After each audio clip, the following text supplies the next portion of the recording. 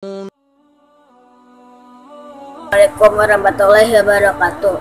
Pertama-tama, mari kita panjatkan puji syukur kita kepada Allah Subhanahu wa Ta'ala, serta salawat dan salam kita sampaikan kepada baginda besar kita Nabi Muhammad SAW.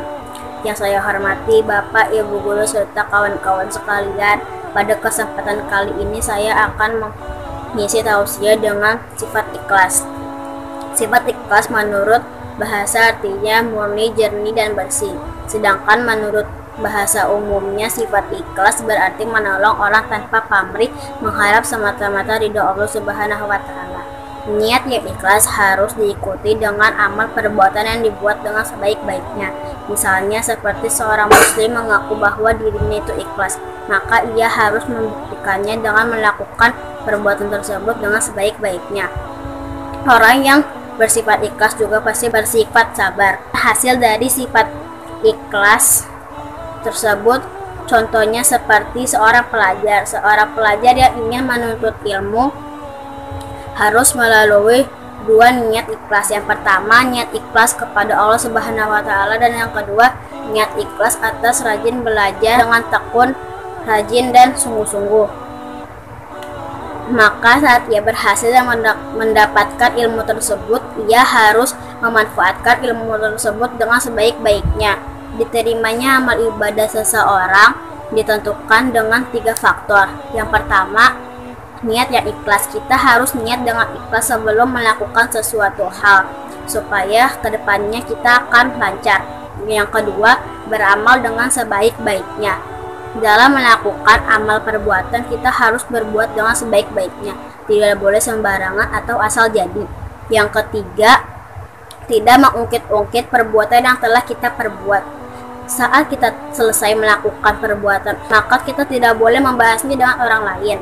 Kita tidak boleh mengungkit-ungkit perbuatan baik itu. Insya Allah, jika kita tidak mengungkit-ungkit, kita akan diterima ibadahnya oleh Allah Subhanahu wa Ta'ala.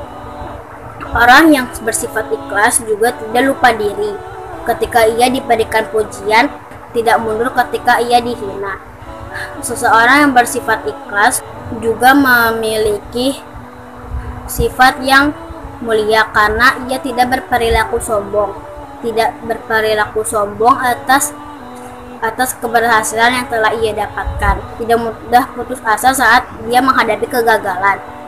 Sifat ikhlas memerintahkan kita beribadah kepada Allah Subhanahu wa Ta'ala dengan penuh keikhlasan dan amal yang diperbuat dengan sebaik-baiknya, karena kita beribadah kepada Allah Subhanahu wa Ta'ala hanya untuk mengharap ridho-ridhonya. Sifat ikhlas memiliki 4 manfaat bagi pelakunya. Yang pertama, diterimanya amal ibadah kita oleh Allah Subhanahu wa Ta'ala. Yang kedua, hidup kita jadi merasa jarang kecewa. Yang ketiga, dilapangkan dari segala masalah-masalah yang menghimpit kita. Yang keempat, benteng dari para godaan-godaan setan yang jahat. Nah, sifat ikhlas harus melekat pada diri kita sejak kita kecil, karena sifat ikhlas adalah sifat terpuji dan berakhlak mulia.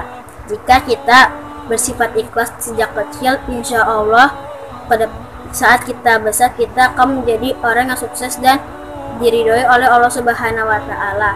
Jika kita bersifat ikhlas kepada seseorang, kita akan masuk surga yang dipenuhi oleh ridho Allah Subhanahu wa Ta'ala.